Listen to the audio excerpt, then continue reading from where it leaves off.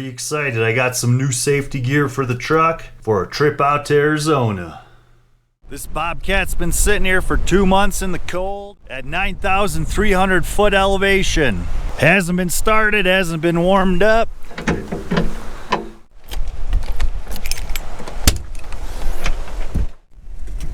All right, let's see if we got any juice. Nothing. Nothing. It won't even try to turn over. Typically when the battery's dead here on the Bobcat, I gotta hook up the jumper cables to my truck. With the cables connected, I gotta let it sit for about 20 minutes. You know, revving it a little bit so the alternator can push some juice over here into the Bobcat battery before it'll even try to turn over. And when it's been sitting this long, man, it's tough to start this engine, so we'll see if this little jump starter can do it. So here we got the charger. Up top, we got the jumper cables. So we're gonna hook these up to the battery and get situated. The coolest part about this jump starter is it has preheating technology. The battery will actually self-preheat so it can put out more current. That feature will operate up until 40 degrees below zero. All right, so we got everything hooked up. We got the clamps, we got the power into the device, and we're showing 100% battery, and it says ready. This is a real world test. I gotta know if this thing works before I ditch my jumper cables for my upcoming trip to Arizona. All right.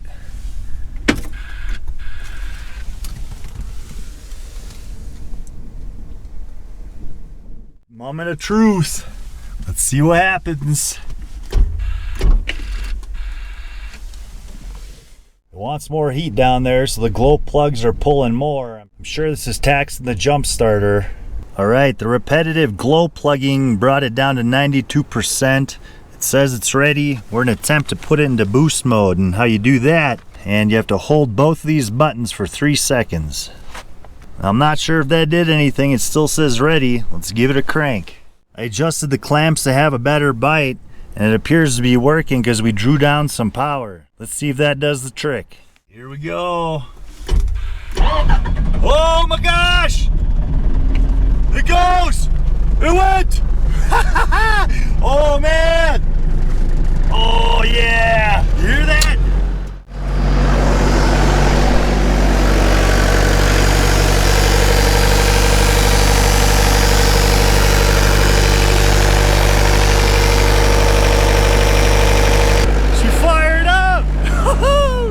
After all that and the hard start, we're still at 75%. It's running. Now that we got the Bobcat fired up, we can get packed up and loaded up for our Arizona gold trip.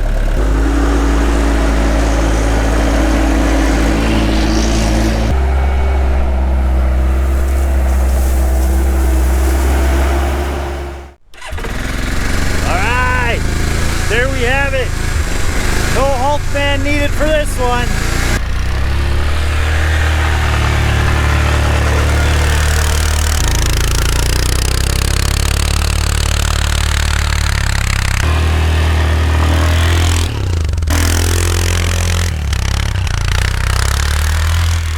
Lift with the legs.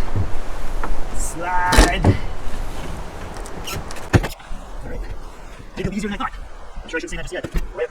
Got a little bit further to go. I'm gonna keep on sliding.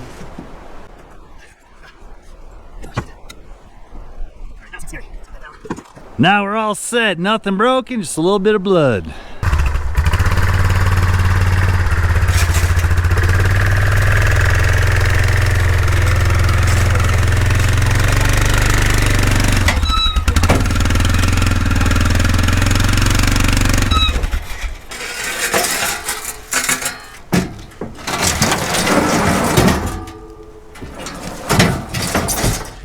It's 2 weeks later, and boy is it cold out here. We're gonna do secondary test. The Bobcat's totally dead again.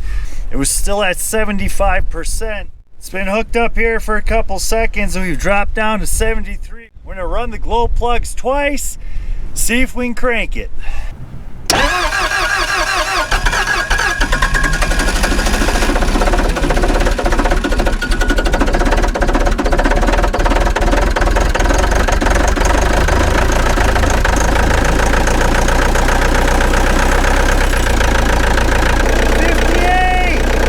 pretty sure you guys saw and heard. Man, that engine did not want to turn. Was she fired up? Now that I'm about ready to head out on my trip, this test here gives me the confidence I needed to ditch the jumper cables and just bring the Hulkman. This here is the Hulkman 10.0 Alpha 100 jump starter for my truck. Heavy equipment. It also acts as a battery pack. The reason I chose this Hulkman 100 is because of its massive battery capacity. We have a 4,000 amp peak current, super fast charging, and it should be able to jump start pretty much any vehicle, trucks, cars. Pretty nice sturdy box.